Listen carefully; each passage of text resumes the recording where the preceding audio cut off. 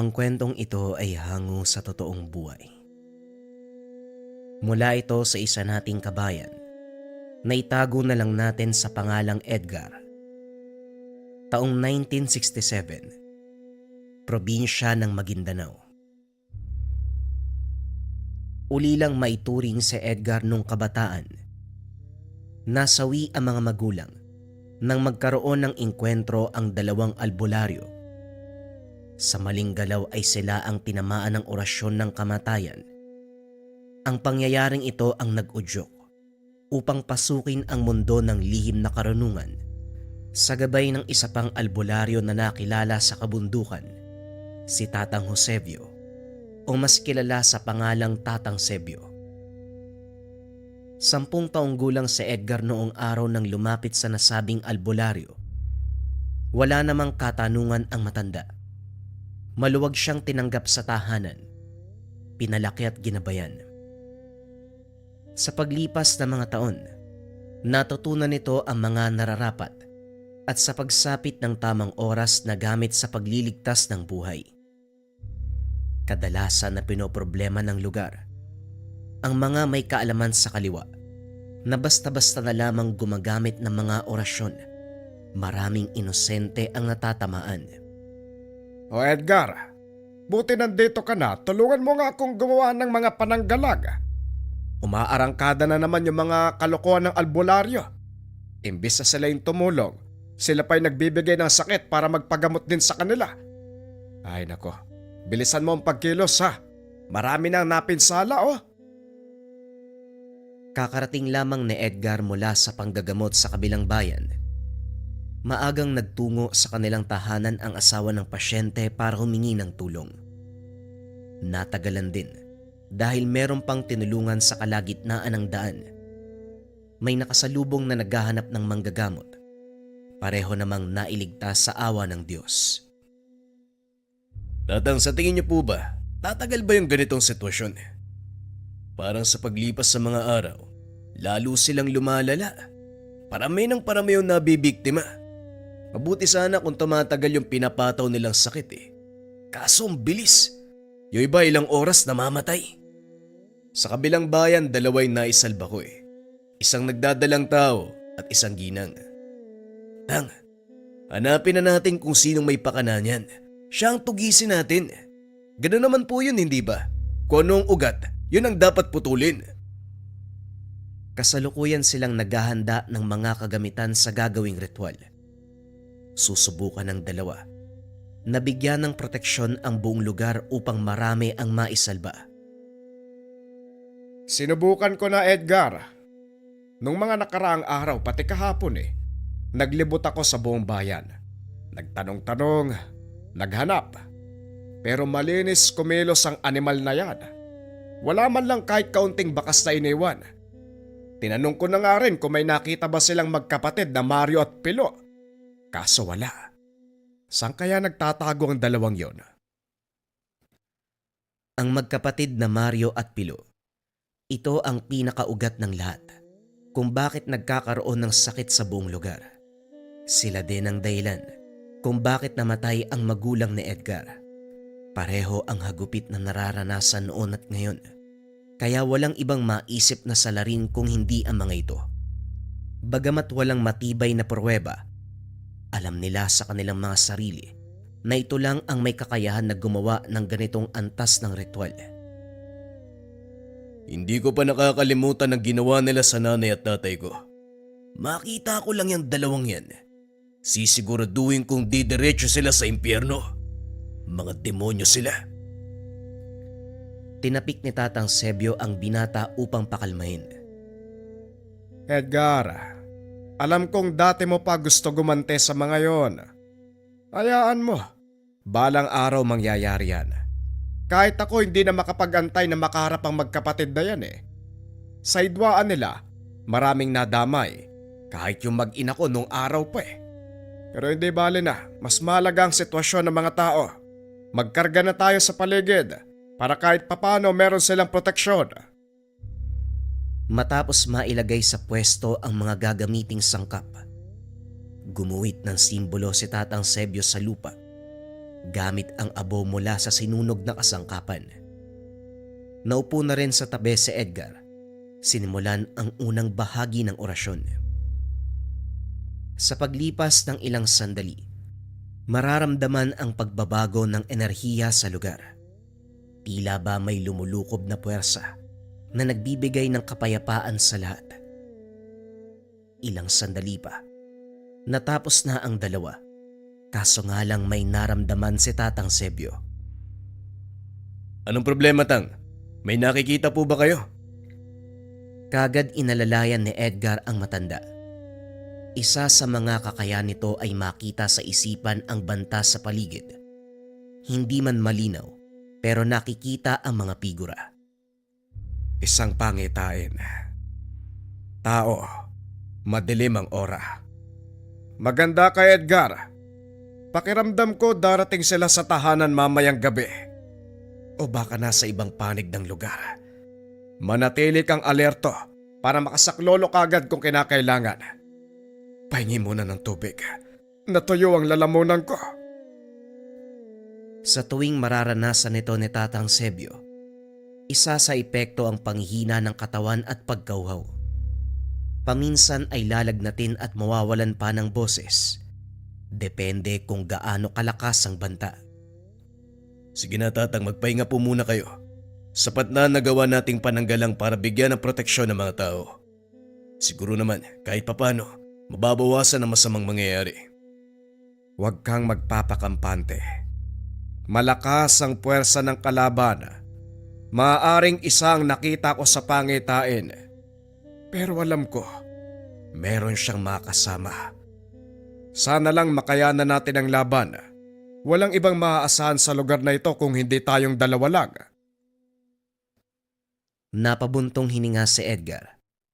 Isa sa pinoproblema ay walang ibang malalapitan.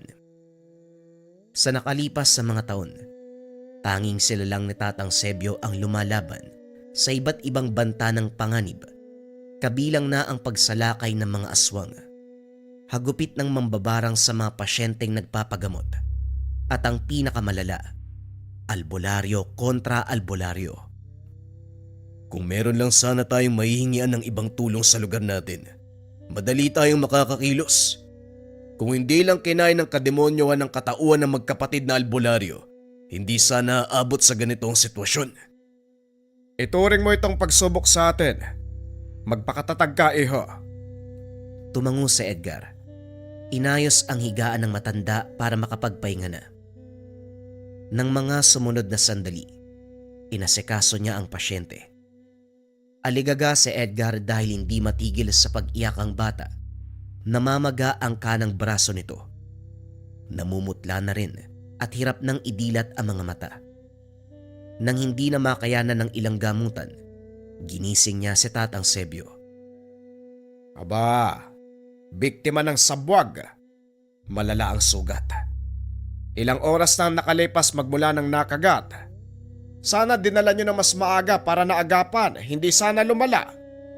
Ay nako, titignan ko kung kaya pang gamutin. Ilabas mo muna yung kapamilya nito para dire-diretso ang paggamot, walang abala. Sumunod si Edgar. Pagkatapos ay kinuha ang mga kagamitan na inutos ng matanda. Mula sa kahon, inilabas ng manggagamot ang isang maliit na bagay. Kagad sumambit ng dasal. Kitang-kita ni Edgar kung paanong iniihipan ni Tatang Sebio ang tubig. Ito ang pinakapamamaraan ng matanda. Ang orasyon sa hangin. Napansin ni Edgar ang kakaibang bisa. Kasabay nito ang paggaan ng pakiramdam ng bata. Tumahan ito at nakatulog. Nagpatuloy pa rin ang gamutan. Habang nagsasagawa ng ritual si Tatang Sebio, mararamdaman ang kakaibang hangin sa lugar. Sa bawat pag-ihip ng matanda, kapayapaan ang mararanasan. Tahimik lamang na nagbabantay si Edgar. Eto ang tubig. Ipainom mo sa bata sa loob ng 3 araw. Kung sakaling iindayin pa rin yung sugat, bumalik kayo dito para ipagpatuloy natin ang panggagamot. Pero kung magiging ayos naman, hindi na kailangan bumalik. Nakikiusap din ako ha. Huwag mong pabayaan ang paslit, tignan mo. Masyado pang bata para magdusa ng ganyan. Mabuti na agapan. Paano kung hindi? Ay nako, lumakad na kayo. Mag-iingat. Wika ni Tatang Sebio sa ina ng bata. Karga nito ang paslit. Kahit kailan talaga may magulang na pasaway. Isa na nga lang ang anak pero hindi pa magawang bantayan. Alam ko maraming gawain at responsibilidad na nakaatang sa tahanan. Pero sana huwag kalimutan ng anak. Sana man kaya yun nakagat. Ay nako Edgar, ano nangyayari sa'yo? Ang lalim ata ng iniisip mo. May problema ba? Tanong ni Tatang Sebio. Mahaba pa sana ang himutok sa mag-ina. Kaso nga lang nahinto nang mapansin si Edgar. Wala naman tatang. Ano siguro? Yung kinuha mong bagay mula sa kahon. Ano ho ba yun? Maliit pero laki ng bisa. Napagaling yung kagat ng aswang kahit kritikal yung lagay. Tapos habang ginagamot mo yung bata, may napansin akong umaaligid na itim na usok. Naguhugis tao pa nga ako minsan eh. Wala akong nararamdamang banta mula sa elemento, kaya hindi ako nangingialam. Sa bawat pag-ihip mo tatang, sa bawat pag-ihip mo sa hangin, doon ko nararamdaman yung lakas ng orasyon eh. Parte pa rin po ba ng ritual ng panggagamot yung nilalang? Naguguluhan ako kaya ako nagtatanong tatang. Alam ko naman na sa hangin mo pinapadaan yung orasyon eh. Napangiti si Tatang Sebio. Hindi pa nabanggit ang tungkol sa mutya. Yung bagay na kinuha ko, tawagin mong mutya ng hangin. O pwede din namang orasyon sa hangin.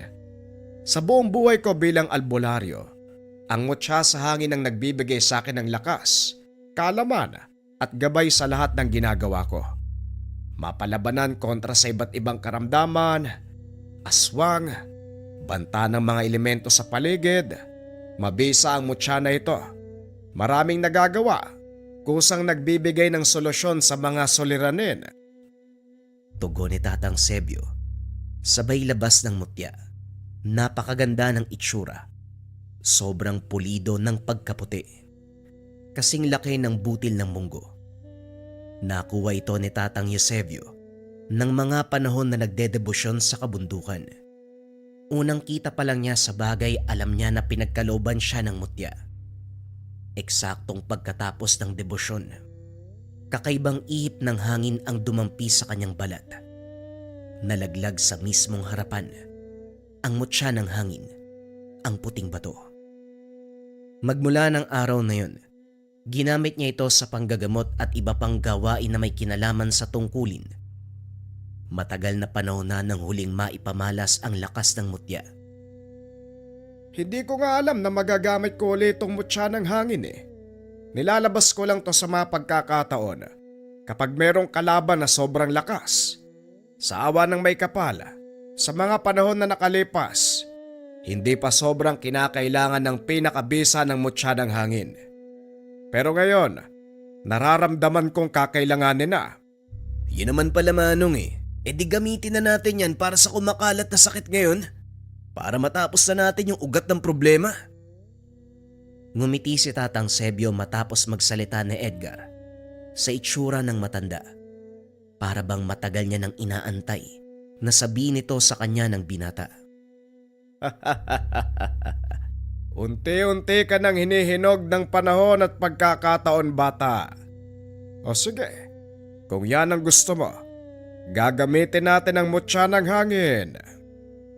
Pagsapit ng dilim, nabulabog si Tatang Sebio nang maramdaman ang malakas sa banta sa paligid. Ito ang nakita sa pangitain. Kagaya ng inasahan, may darating sa kanilang tahanan. Isang uri ng nilalang ang mabilis sa sumugod kay Tatang Sebio. Sa liksi nito, napansin na lamang ni Edgar ang pagkahandusay. Hawak-hawak ang nagdurugong leeg. Dinaluhan niya ang matanda pero inutusan siyang habulin ang nilalang. Naabutan niya sa kakahuyan ang nilalang. Kaso nga lang laking gulat ni Edgar nang makita si Tatang Sebio. Teka, Tatang Sebio. Huwag mo kong linlangin. Hindi ikaw si Tatang Sebio. Tumawa ng nakakaloko ang kaharap. Mas lalong naguluhan ng binata dahil maging ang boses, paraan ng pagkilos, parehong-pareho kay Tatang Sebio. Hindi kita inuutakan. Gusto ko lang sabihin na panahon na para malaman mo ang katotohanan. Sa tingin mo ba kinupkup kita dahil gusto ko makatulog?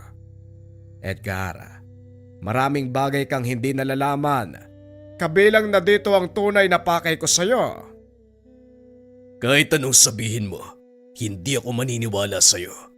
Kahit kunin mo pa ang itsura ni Tatang Sebio, gayahin ang kanyang salita at gawi, hinding-hindi mo ako mapapaigot. Inilabas na Edgar ang dalang latigo. Hinataw sa nilalang. Napaangil ito ng sobrang lakas. Dahan-dahang bumalik sa orihinal na anyo. Paulit-ulit niyang hinampas ng latigo ang aswang. Hindi na rin nagpatumpik-tumpik pa. Gamit ang balisong, buong puwersang itinarak sa puso ng aswang. Bumagsak ang nilalang at nangisay. Hindi nagtagal ay binawian ng buhay. Ako pa ang lilinlangin mong hayop ka. Nilapastangan pa ang pagkatao ni Tatang Eusebio. Demonyo! Pagbalik ng tahanan, naabutan niya ang matanda na ginagamot ang sarili. Dali-dali siyang lumapit upang tumulong. Kaso nga lang laking gulat ni Edgar. Sa isang ihip nito, nawala bigla ang sugat. Pambihirang aswang yon. O kumusta?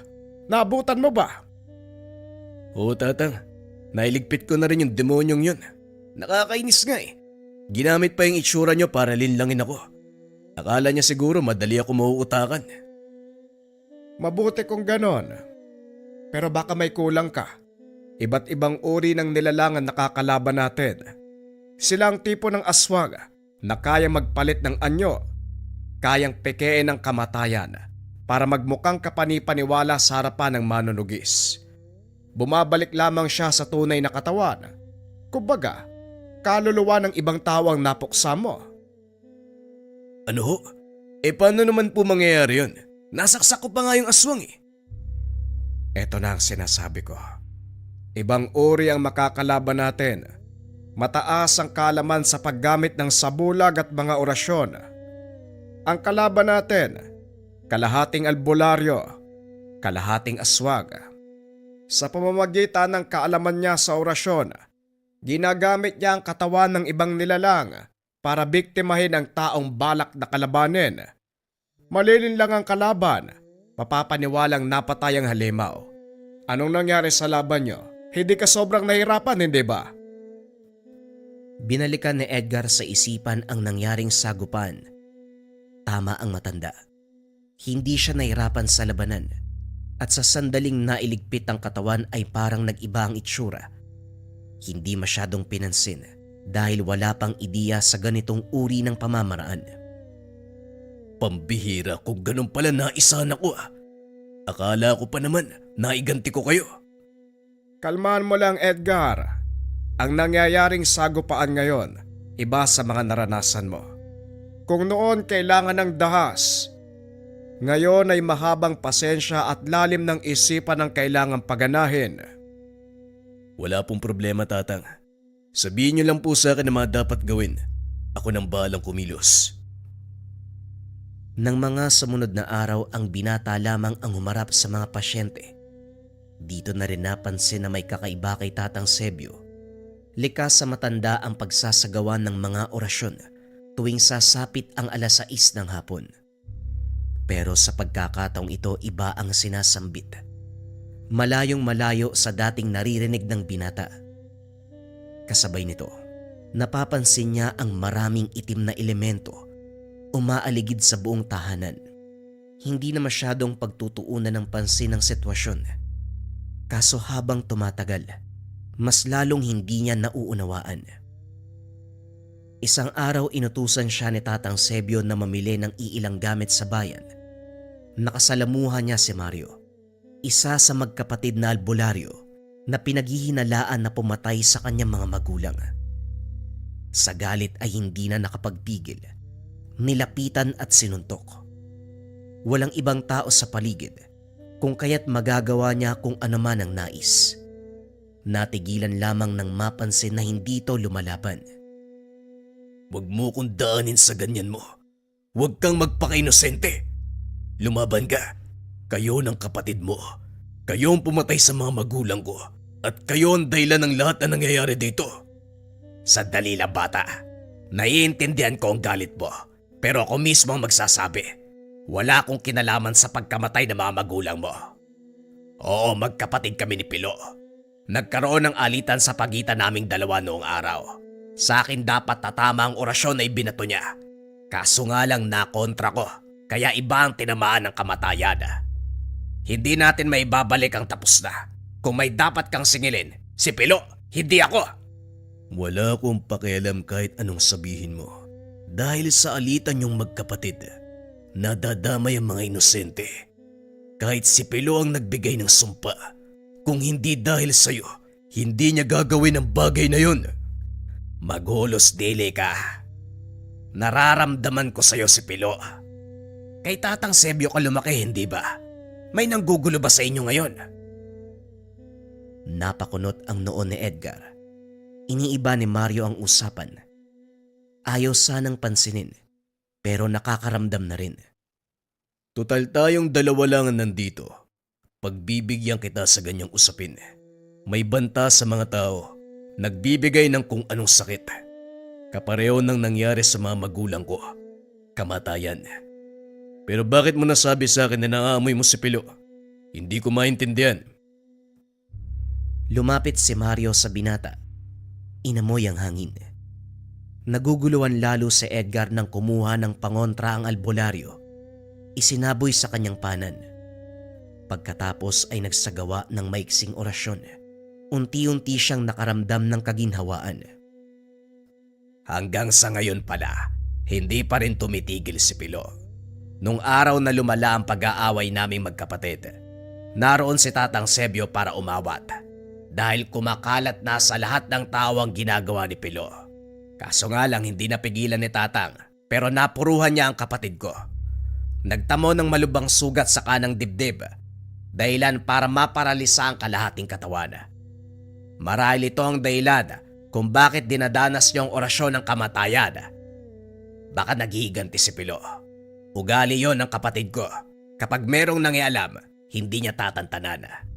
Nagawa ko makatakas sa kanya, pero hindi naman siya tumigil sa kasamaan.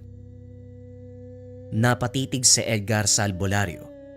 Nararamdaman ang pagiging totoo. Nagsimula ring mapatanong sa sarili kung may kinalaman ba ito sa nangyari sa mga magulang o sadyang kapatid lamang talaga ito ni Pilo. Makalipas ang ilang sandali ay dumating si Tatang Sebio. Hindi na nakapagsalita ang binata. Sinakal siya ni Tatang Sebio. Dali-dali namang kumilos si Mario at sumaklolo. Laking gulat ni Edgar dahil lumitaw ang totoong anyo. Walang iba kung hindi si Pilo. Talaga bang poprotektahan mo ang batang yan, Mario? Ako ang kadugo mo. Gagamitan mo ako ng das. Ganyan ka ba sa kapatid mo? Tumigil ka na, Pilo. Marami nang nadadamay dahil sa ginawa mo. Ako lang ang gusto mong pahirapan, hindi ba? Bakit kailangan mong mandamay ng iba? Tugon ni Mario. Sinenyasan niya si Edgar na umalis na sa lugar. Huwag mong papalisin ang binatang yan. Nararamdaman ko sa kanya si Eusebio eh. Kailangan kong makuha yung mutya para mawasak. Lintik. Napinsala yung kalahati ng katawan ko dahil dun eh. Hoy, nasan yung gamit? Ibigay mo sa akin kung ayaw mong madamay sa nangyayari. Nagtaka si Edgar dahil kung tutuusin, wala sa kanya ang mutya ng hangin. Huwag mong idamay ang binata. Napatay mo na mga magulang yan. Hindi ka pa ba nakukontento? Wala akong pakialam. Kung tinanggap mo yung orasyon, hindi sana tatama sa iba. Humahaba yung usapan natin. Ibigay nyo sa akin yung mutya ni Eusebio. Yun lang ang pakay ko, binata. Bilisan mo!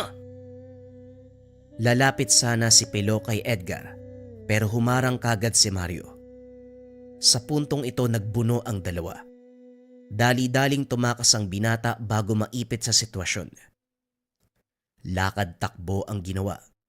Pero sa kalagitnaan ng daan ay napahinto nang maaninag si Tatang Eusebio. Nag-aalala ito nang makita ang kanyang reaksyon. Anong nangyari sa'yo? Parang nakakita ka ng kung ano. Tatang, nakita ko po si Mario at Pilo.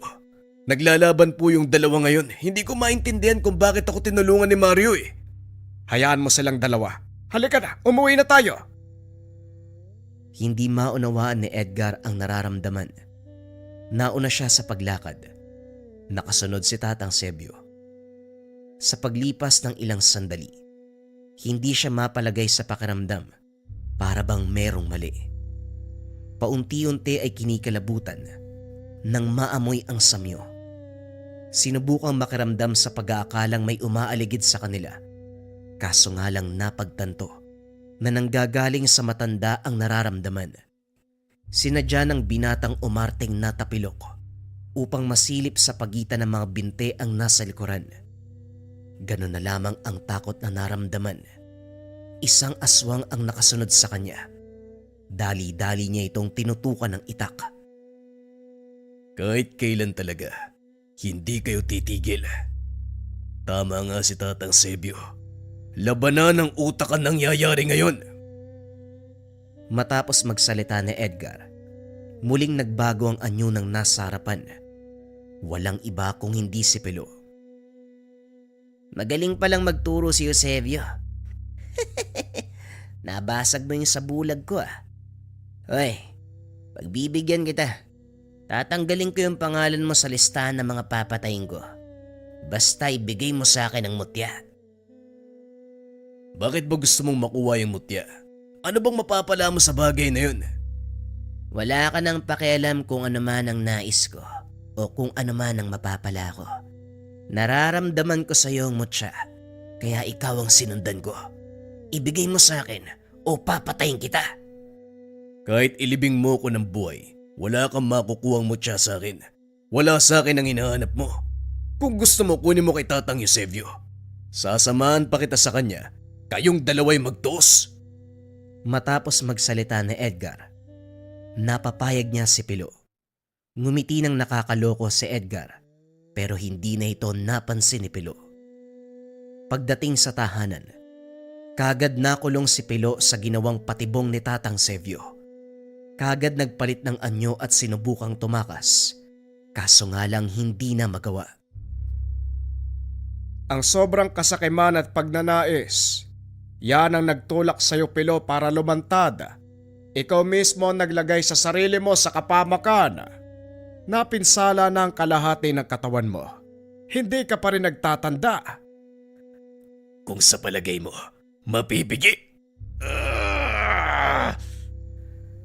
Hindi natapos ni Pilo ang sasabihin nang umihip si Tatang Sebio sa hangin. Ramdam ni Pilo ang hapdi sa buong katawan. Hinihigop ang kanyang enerhiya. Unti-unting naninigas ang katawan. Hindi ka makuha ha, kahit kalahati na ng katawan mo ang baldado. Pues ngayon, gawin nating buo. Sa bawat pag-ihip ni Tatang Sebio sa hangin, makikita ang pagdurusa ni Pilo.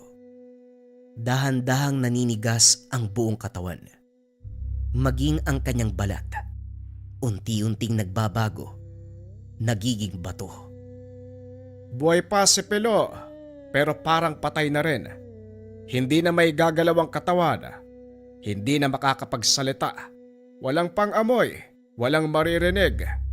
Habang buhay siyang magiging ganyan. Teka, si Edgar ba tong nakikita ko? Anong ginagawa mo dito, Aber? Gusto mong magaya sa kapatid mo? Nakikiusap ako, Tatang. Alam ko ang kasalanan ginawa ni Pilo. Pero hayaan mo sana kung kunin siya at iuwi sa amin.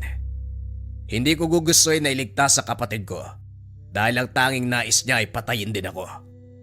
Wala akong tutol sa pagpaparusa niyo sa kanya. Nararapat lang ito bilang kabayaran. Pero kapatid ko pa rin siya. Hayaan ko siya sa ganyang sitwasyon, Tatang. Ipinapangako ko yan sa'yo. Wala namang problema sa akin ang bagay na yan. O sige, iuwi mo ang kapatid mo.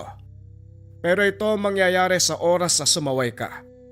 Kapag sinubukan mong tanggalin ang pinataw na parusa kay Pilo, sa'yo mismo kakapit ang sumpa. Ang katawan mo ang maninigas at magiging bato. Tumango na lamang si Mario bilang pagpapasalamat. Kagad nang umalis sa lugar. Matapos ng kaganapan, kagad nagtanong si Edgar kay Tatang Eusebio. Tatang, bakit pa ulit-ulit na sinasabi sa akin ni Pilo? Nasa akin daw yung mutya ng hangin. Paano nangyari yun? Isang beses ko lang naman nahawakan . Kagaya ng sinabi ko, nahihinog ka na bata. Darating ang panahon, walang ibang magmamana ng kaalaman ko at magamit kung hindi ikaw lang, iho. Kung sakali mang dumating ang pagkakataon na yun, Tatang, buong puso ko yung tatanggapin. Pero ang hindi ko matatanggap, yung iiwan niyo ko. Masyado ka pang bata. Marami pa tayong pwedeng gawin, no? Eto naman, ayoko pa rin mamatay. Nagsasabi lang ako para maging handa ka. O sige na, napapagod na ako. Umuwi na tayo. May mga pasyente pang nag-aantay. Matapos ng kaganapan, ipinagpatuloy ni Edgar at Tatang Eusebio ang tungkulin. Tinulungan ang kahit sino nangangailangan. Dumating ang panahon na ipinagkatiwala ni Tatang Eusebio ang mutya kay Edgar. Ginamit ito ng tama at naging mas mahusay pa siya kay Tatang Eusebio. Ito rin ang naging dahilan kung bakit masaya at tahimik na sumakabilang buhay si Tatang Eusebio. Nawalan man ng makakasama si Edgar, araw-araw niya pa rin itong nararamdaman na ginagabayan siya sa tulong ng mutya ng hangin. Lahat ng itinuro, lahat ng kaalaman ni Tatang Eusebio, ito ang pinanghawakan ni Edgar upang maging mabuting tao at tumulong sa kapwa gamit ng kanyang tangan na mutya ng hangin. Bagong istorya pa rin ang kasunod, mga kabayan. Ito ay tungkol sa batang Nayanggaw. Huwag na nating patagalin pa. Simulan na ang kwento. Ang kwentong ito ay hango sa totoong buhay. Mula ito sa isa nating kabayan na itago na lang natin sa pangalang Julian. Nangyari ito sa lugar ng Aklan. Tuwang-tuwa si Lola Edna habang nakatingin sa mga batang nagtatakbuhan sa lilim ng mangga. Kabilang sa mga ito ang apo na si Toto, 7 anyos. Ganito ang madalas sa tagpo sa araw-araw, ngunit may napansing kakaiba ngayon. Julian, kilala mo ba ang batang yan? Yung nakaupo sa sagingan. Kanina ko pa yan napapansin eh. Inaantay kong lumapit sa mga bata, hindi naman kumikilos. Meron bang bagong lipat sa malapit? Kawawa naman o mag-isa lang. Parang gusto makipaglaro kaso nahihiya. Wika ni Lolo Edna kay Julian. Hindi ko po alam kung may bagong lipat ba dito sa atin eh. Kahapon ko pa napapansin yung batang yan eh. Doon po sa pinaglalaroan namin ng basketball. Ganyan din po, nakaupo sa malayo. Kaso parang natatakot po siya eh. Sinubukan po naming lapitan kaso biglang tumakbo eh. Ay ganun ba? Kawawa naman siya, walang kasama oh. Nga pala, pakitawag mo nga ang kapatid mo. Magtatanghalian na tayo. Bihisan mo na rin ha. Malamang basang-basa yan ng pawis. Didiretso na ako sa kusina. Maghahanda na ng mesa. Sa kalagitnaan ng pag-aayos ng hapag, pasulyap-sulyap si Lola Edna sa bintana kung saan direktang natatanaw ang kinaroroonan ng bata. Sa lagay nito, hindi niya maiwasang maawa. Malapit siya sa mga bata kaya gano'n na lamang kadali na pukaw ang damdamin. Nang makauwi ang mga apo, nagsalo sila sa pagkain. Naroon pa rin ang bata kaya hindi na nakapagpigil. Julian, lapitan mo nga yung batang yon, papuntahin mo dito. Tanghaling tapat na, hindi pa rin umaalis. Baka walang mauwian. Siya na lang ang nasa labas oh. Nakauwi na sila Toto, puntahan mo, pakainin natin. Sigurado ka po ba, Lola? Parang may iba sa batang yan eh. Ewan ko lang din pero ang sabi ni Makoy, nagdududa po siya kung matino ba yan eh. Mamaya engkanto pa yan o aswang eh. Dali-dali siyang hinampas ni Lola Edna. Hindi nagustuhan ang inasal. Ikaw, Julian, kung ano-ano ang sinasabi mo ha. Ang dali mong mangusga. Yan ba ang napapala mo sa pakikipagbarkada sa Makoy na yan? At iba pang kung sino-sinong tambay? Umayos ka. Puntahan mo ang bata nang makakain siya dito kasabay natin. Napakamot na lamang sa ulo si Julian. Labag man sa kalooban, sumunod pa rin sa utos ng matanda. Nilapitan niya ang bata pero tumayo ito at dahan-dahang naglakad palayo. Mababakas ang takot sa muka. Kagad namang nagpaliwanag si Julian bago maging masama ang iisipin nito laban sa kanya. Uy, teka lang naman. Kung matakot ka, parang masamang tao ako ah. Naawa kasi si Lola Edna, kaya gusto kanyang ayain na kumain. Halika, wala namang kaming gagawing masama sa iyo eh. Inabot niya ang kamay. Ngumiti na rin para bumigay ang bata. Matagumpay niyang nadala ito sa tahanan pero habang tumatagal, hindi naging komportable. Pakiramdam ni Julian, ibang nilalang kasama. Nakaupo ito sa tapat habang kumakain. Si Lola Edna, salita ng salita pero hindi sumasagot ang paslit. Nagtanong kung ano ang pangalan, sino ang mga magulang at ang tirahan, pero walang makuwang sagot. Sa pagkain lamang nakatuon ang atensyon. Sa kabilang banda, tinitigan ni Julian ang bata. Kagaya ng napag-usapan nila ni Makoy, kakaiba nga ang presensya. Hindi rin nakaligtas ang masangsang na amoy na dahan-dahang umaalingasaw. Naguluhan pa nung una kung saan nanggaling. Lola, wala ka ba napapansing nangangamoy? Parang may malansa. Pero imposibleng galing sa pagkain. Gulay naman yung ulam natin eh. Ilang araw na rin tayong hindi nakakakain ng karne. Aba, oo nga ano. Pero baka galing sa labas. Alam mo naman, nasa unahan lang ang tambakan ng basura. Mahangin kaya baka natangay ang amoy. Hindi po Lola eh. Parang galing sa batang to. Uy, ilang araw ka na bang hindi naliligo? Bakit ganyan yung amoy mo? Wika ni Julian sa bata. Napatingin ito sa kanya. Pero kagad ding nag-iwas sabay takbo palabas ng tahanan. Dahil dito, mas lalong lumakas ang duda niya na totoo ang sinabi ng kaibigan na hindi ordinaryong bata ang paslit. Ikaw, napakabastos mo talaga, Julian. Kitang nahihiya na yung bata. Pagsasabihan pa ng kung ano-ano, umalis tuloy. Malilintikan ka talaga sa akin eh.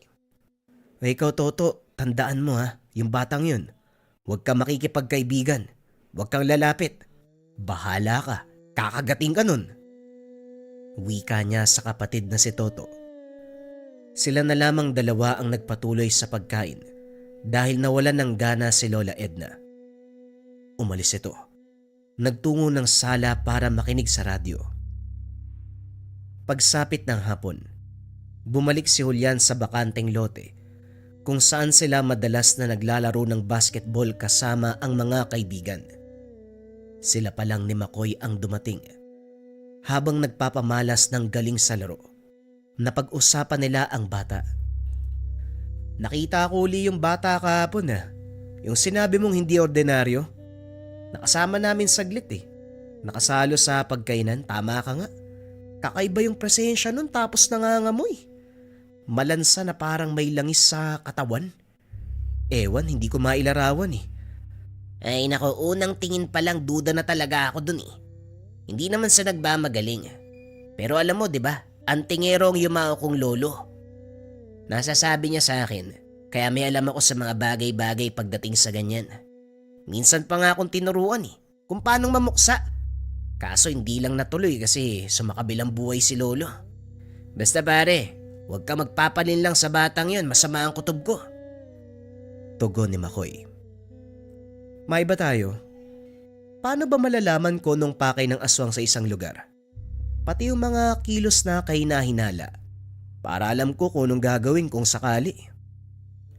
Maganda ang tanong mo pero limitado lang ang alam ko, baka makulangan ka. Batay sa natutunan ko kay Lolo, yung mga aswang may kakayahan na magpasa ng lahi nila eh. Kaya pwede kang mahawaan. Kapag meron kang narinig na inuusal, basta kapag meron silang ginagawang hindi normal, kapag masyadong malapit sa mga bata, sa sanggol, nako, yun lang naman yung natatandaan ko nasabi sa akin. Napatigil sila sa paglalaro nang mapansin ang pinag-uusapang bata. Nasa malayo lang, titig na titig sa mga kabataang naghahabulan sa malawak na kapatagan. Walang ibang ginawa kung hindi ang tumingin. Sa susunod na tayo maglaro, bantayan natin ang isang yan oh. Baka ako ano pa ang gawin eh. Mas mabuti nang mapansin natin kagad. Naupo sila sa tabi, palihim na nagmasid sa bata. Malayo man ang distansya, malinaw namang nakikita ang mga kilos. Tahimik pa rin. Umabot ang panonood nito ng ilang oras sa mga kabataang naglalaro. Hindi inaalisan ng tingin. Kahit sulyap, hindi rin ginagawa kay Makoy at Julian. Umabot na sa punto. Yung dalawa na ang sumuko dahil malapit nang lumubog ang araw. Ano ba naman yan? Ang sakit na ng puwet ko sa kapaa ko ah. Nangangalay na ako kakatayo sa kaupo eh. Malapit nang maggabi oh. Wala naman natang balak na kumilos yung bata na yan eh. Sa tingin mo ba, nagsasayang lang yata tayo ng oras dito eh. Tinitigang mabuti ni Makoy ang paslit. Dahan-dahang kumunot ang noo nang mapansin ang paggalaw ng bibig nito. Merong sinasambit na kung ano. Dali-dali siyang tumakbo palapit at sinigawan. Abalo ko to ah. Hoy, ano ginagawa mo? May sinasabi ka ano? Orasyon ba yan? Hoy, bumalik ka nga dito! Hinabol ni Makoy ang bata. Sumunod din si Julian kahit nagtataka. Maging ang mga kabataan at ilang tambay ay nagulat sa kaganapan. Nakarating sila sa kabilang sitio. Napasot sa kakahuyan at doon napahinto. Hindi nila naabutan ng bata. Kumpirmado nga, aswang yun. Nakita mo kung paano niya ako tinitigan ng sigawan ko. Malinaw sa reaksyon niya, may binabalak siyang masama. Wika ni Makoy. Hindi na itago ang galit. Sinisipa pa ang mga halaman sa tabi. Kung ganon tama nga ang hinala natin. Pero Makoy, ano mangyayari? Ano nga uli yung ginagawa niya kanina, yung sinasabi? Ano yun? Oradon? Ano yun? Orasyon. Di ko alam eh. Pagtingin ko kasi nagdadasal na. Sana naman walang mangyaring masama sa iba. Mukhang mapipilitan akong hiramin yung mga gamit ni Lolo Teresito ah. Magtago man yan kahit saan. Hahanapin ko yan. Kagad napatingin sa kanya si Julian. Hoy, yung anting-anting ba sa kagulok yung tinutukoy mo? Huwag kang magbida ah. Sagradong gamit yun ni Mang Teresito tapos papakailaman mo. Hindi mo nga siguro alam kung paano gagamitin yun eh. Sumalangit na wa yung kaluluwa niya. Huwag mo nga ako minamaliit.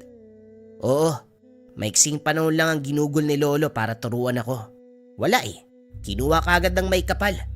Pero huwag kang mag-alala, natatandaan ko yung mga sinabi niya. Alam ni Julian kung gaano kalakas ang lolo nito. Minsan niya nang nasaksiyan ang galaw ng yumaong manunugis. Pero ang hindi niya kayang paniwalaan, ang kakayahan ni Makoy na humawak ng mga kagamitan sa pamumuksa. Uwi na nga muna ako.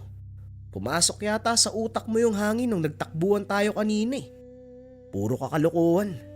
Marunong daw. Kaya mo na nga yun, halika na. Wika ni Julian. Nauna siya sa paglalakad.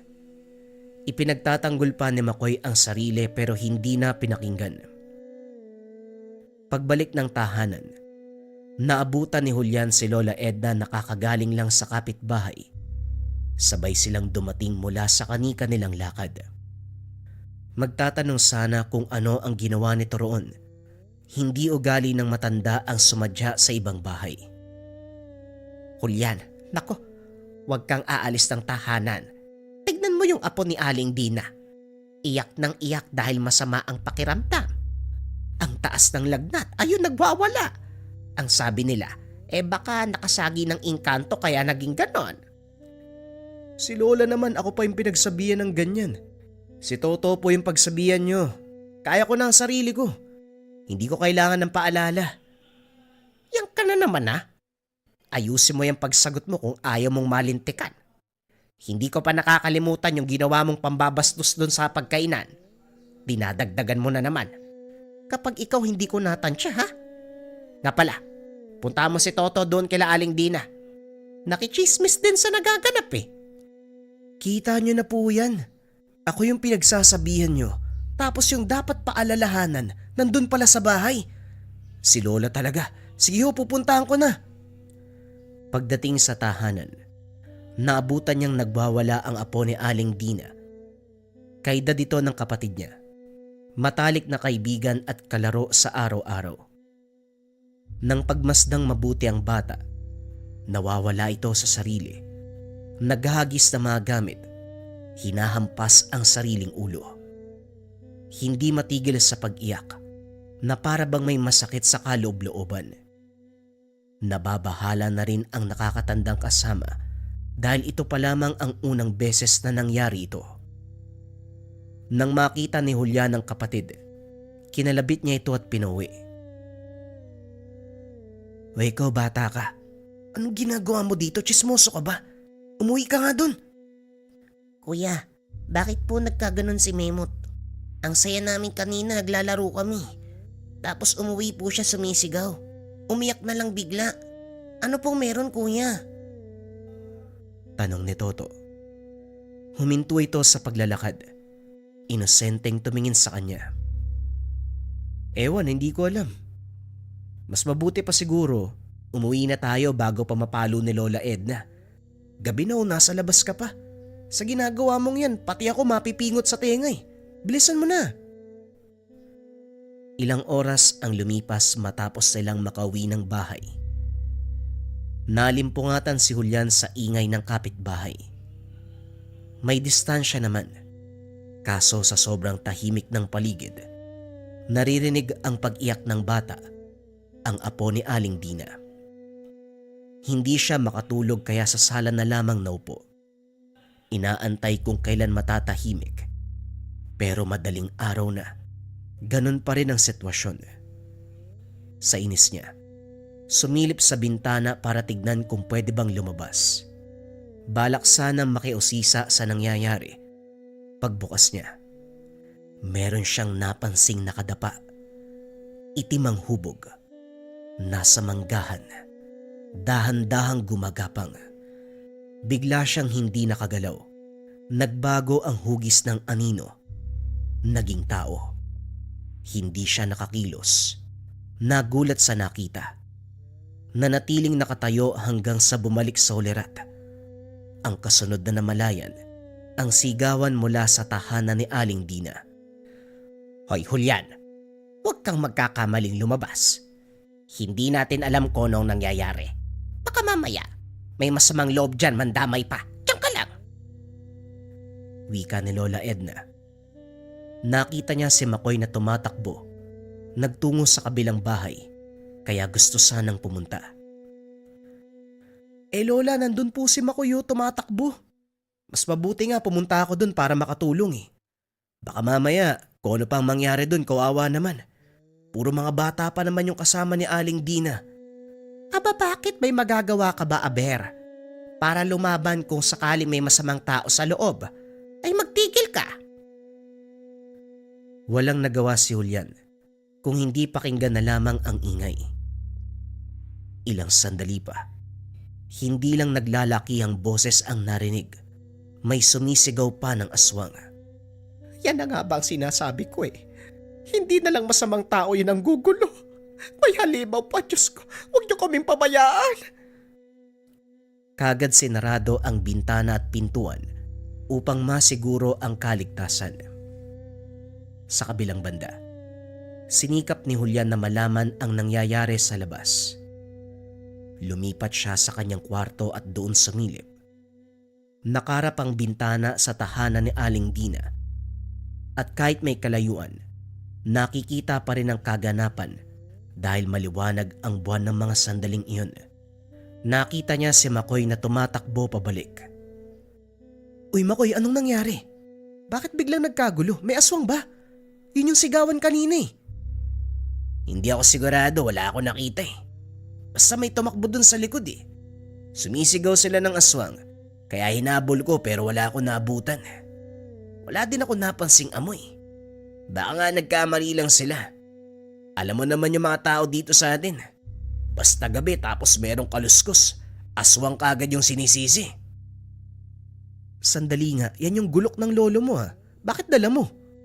Nagbibida ka Makoy? Isoli mo yan pare. Mamaya magamit mo yan sa mali eh. Ilang beses ko bang sasabihin sa'yo, huwag mo nga ako minamaliit. Anong magamit sa mali? Ano akala mo sa akin, Mangmang? Marunong ako. Alam ko kung para saan at paano at kailan gagamitin. Wala ka talagang tiwala sa akin eh. Magantay ka dahil balang araw, makikita mo kung gaano ko kahusay pagdating dito. Mukha mo. Umuwi ka na nga. Tahimik naman sa kabilang bahay, mukhang wala ng problema. Mabuti tumigil sa pag-iyak yung apo ni Aling Dina. Ang lakas sakit sa tenga. Sa palagay ko nga Julian, biktima ng aswang yung apo ni Aling Dina eh. Naalala ko kasi nung isang beses na sinama ako ni Lolo sa panunugis. Dumayo kami sa karatig bayan para lang matulungan ng pamilya na pareho yung sitwasyon eh. Ganyan na ganyan talaga. Tapos paglipas sa mga araw, unti-unting magbabago yung ugali. Kapag hindi naagapan, nagiging aswang. Kumunot ang noon ni Julian. Kalaunan ay napatingin sa kaibigan nang maalala ang pinagdududahang bata. Makoy, paano kaya kung tama ka ng hinala? Hindi ba yung bata na pinagdududahan natin palagi nakatitig sa apo ni Aling Dina? Malalaman din natin yan pero wala tayong magagawa. Ano bang alam natin sa gamutan? Sige na, una na ako. Bukas na lang tayo uli mag-usap.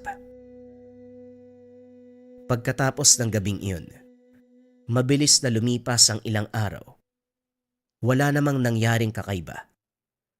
Kaso nga lang, umabot sa punto na nagkatotoo ang sinabi ni Makoy. Ang apo ni Aling Dina na si Memot, ibang-iba na ang kinikilos. Masama na ang ugali. Palaging nagbubuhat ng kamay. May mga pagkakataon na nangangalmot at ayaw pa sa tubig. Hindi na makausap ng maayos. Hindi malapitan. Mabigat man para sa kalooban ng pamilya, napilitan silang ikulong ang bata. Isang gabi, habang nakatambay si Makoy at Julian sa bakuran, napansin nila ang paglabas ni Memot. Mabilis itong tumakbo at sinundan nila. Pinagmasdan sa malayuan ng kilos. Dumiretso ang bata sa manukan ng kapitbahay, pero nalalagay ito sa dulo ng bakanting lote, malayo sa kabayan. Walang nakabantay ng mga sandaling iyon. Pagpasok pa lang kagad sinunggaban ang mga manok. Kinagat, walang awang pinatay. Kagad binunot ni Makoy ang gulok at sinubukang pigilan ng bata. Si Julian sa kabilang banda, hindi makagalaw sa kinakatayuan. Pinaghalong gulat at takot ang nararamdaman. Ito pa lamang ang unang beses na makita si Memot sa loob ng ilang linggong pagkakakulong. Matungis, mabaho, hindi na mukhang tao. Uy Julian, anong tinatayo-tayo mo dyan? Tulungan mo ko dito! Wika ni Makoy. Nag-aalangan nito na sakta ng bata. Ilang taon nang kilala at itinuring na nakababatang kapatid. Sinubukang pigilan, kaso nga lang kinagat si Makoy, kaya naman tinaga niya ito. Tinamaan sa braso. Uy Makoy, anong ginawa mo? Tinaga mo si Memot? Paano yan gayon? Wika ni Julian. Natauan ng bata pagkatama ng itak. Umiyak ng umiyak na para bang inosenteng paslit. Napukaw ang kanilang damdamin. Dali-daling tinulungan. Kinarga pa ni Makoy. Sabi ko naman sa'yo Huwag kang bumida sa paggamit ng gulok eh. Tignan mo, nasugatan mo si Memot. Kawawa naman yung bata oh. Hindi mo ako masisisi. Nakita mo naman yung nangyari, di ba? Inatake niya ako habang nasaan yung aswang siya. Alangan naman hayaan ko. Di namatay ako. Napahinto sila sa kalagitnaan ng bakanteng lote nang makitang paparating si Aling Dina. Kasama nito ang asawa, parehong nag-aalala. Sinabi nila Julian ang totoong nangyari. Hindi naniwala ang matanda. Salip ay sila ang sinisi. Kaso nga lang, biglang sinunggaban si Aling Dina ng bata. Paulit-ulit na kinalmot. Dali-dali nilang sinaklolohan. Si Makoy ang humabol sa bata, samantalang si Julian naman ang tumulong sa matanda. Sa likuran ng manukan nagtungo si Memot. Nasaan yung aswang na ito? Doon na nagpang-abot ang dalawa. Naging maingat pa si Makoy. Nababahala na baka masakta ng bata. Kaso nga lang batay sa nakikita niyang itsura ngayon, wala na itong ibang pagnanais kung hindi patayin siya. Kaya naman sa paglundag ng aswang, itinaas niya ang hawak na gulok. Sumaktong tumagos ito sa katawan ng aswang. Nagdilim ang paningin ni Makoy na mga sandaling iyon. Kahit napuruan na ang nilalang, walang tigil niyang pinagtataga hanggang sa hindi na ito kumilos. Makalipas ang ilang sandali ay dumating si Mang Singko kasama si Julian. Parehong nagulat sa nakita. Pasensya na ho kayo. Pero kailangan kong gawin eh. Papatayin ako niyan eh. Tatanggapin ko na lang po yung parusa ko. Hindi nakapagsalita si Mang Singko. Nanginginig na lumapit sa bangkay. Ano pa nga ba ang gagawin kung isang halimaw na ang kaharap? Hindi kita masisisi, Makoy. Pero masakit tanggapin ang pagyayari. Nang mahimasmasa ng lahat, inayos nila ang katawan at saka binigyan ng maayos na libing. Pasekreto namang pinabaunan ni Makoy ng papel na may nakasulat na orasyon ng kabaong. Matitiyak nito ang kamatayan ng aswang upang hindi na muling mabuhay. Isa ito sa tinuro sa kanya. Nagawa namang magpatawad ng pamilya, pero hindi madaling kalimutan na si Makoy ang pumatay sa kanilang pamilya. Pare, hayaan mo na. Hayaan mo yung panahon na maghilom sa sugat mo saka sa sugat nila Aling Dina. Yung nangyari kasi hindi madaling tanggapin eh. Baka sakaling paglipas ng panahon, unti-unting makalimutan. Makausap ka ng walang bigat sa pakiramdam. Pero alam mo Makoy, pinahanga mo ko noon ha. Walang takot mong nilabanan yung aswang kahit na hindi mo alam yung kakantungan. Pwedeng ikaw nga yung mamatay sa inkwentro eh. Hanga ako sa'yo pare pero sana mapatawad mo rin yung sarili mo. Kagaya ng sinabi mo, ginawa mo lang kung ano yung nararapat. Hindi na madadaan sa anumang pakiusap ang nilalang eh. Walang ibang pagpipilian kung hindi puksain kung ayaw mong mamatay ka. O hindi kaya makapambiktima pa ng ibang tao. Oo naman pare, naiintindihan ko. Sa katunayan masaya ako eh. Sa wakas nagamit ko yung tinuro ni Lolo. Pero ang hindi ko lang matanggap sa ngayon, bakit kailangan pa yung taong malapit sa atin ang madamay? Si Memot. Alam mo naman na parang kapatid ko na yung bata na yun eh. Walang ibang dapat sisihin dito kung hindi yung batang napadpad sa lugar natin. Hayop yung aswang na yun ng damay pa. Dapat yun yung namatay. Naging tanda ang nangyari. Hindi lang kina Makoy at Julian, kung hindi sa lahat ng tao sa sityo. Sa tuwing may taong napapadpad sa lugar, pinagtutuunan na ng pansin. Sinisita kung merong kahina-hinalang kilos. Kaya naman sa paglipas ng panahon, hindi na nasundan pa ang kababalagan.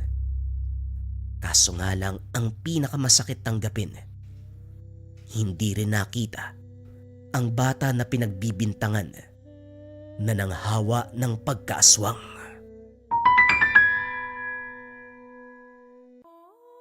May mga pagkakataon ba na nararamdaman mo, hindi mo na alam yung gagawin sa buhay? Yung tipong walang direksyon, magwo-work ba yung plano? O hindi kaya, baka magsayang ka lang ng pera at oras. Ito subukan mo kabayan. Gabay medalyon pangkalahatan. Simbolo ng pag-asa, gawang Pilipino, gawang lokal. Ano ang bisa? Lucky charm pampaswerte at gabay. Sa career, health, love life and finance. Ang simbolo na nasa gitna ay old tattoos ng mga Pilipino, travelers and compass. At ang mga salita na nakapalibot ay baybayin, old alphabet ng mga Pilipino, na ang ibig sabihin, kalakasan, kayamanan, kalasag at katalinuhan. Kasama din dito ang 6 na sangkap na hinalo habang kinukurba ang medalyon. 6 na pangkalikasang sangkap. Tawas tapol, leklay, diamante negra at 3 lihim na sangkap. 6 na antingero sa Negros ang nagbasbas at bumuhay sa medalyon, kasama ang orasyon at guideline sa package. Available ito sa necklace version, bracelet version, at keychain version. Kung interesado ka kabayan, isearch lang ang shop ng Lika Merchandise.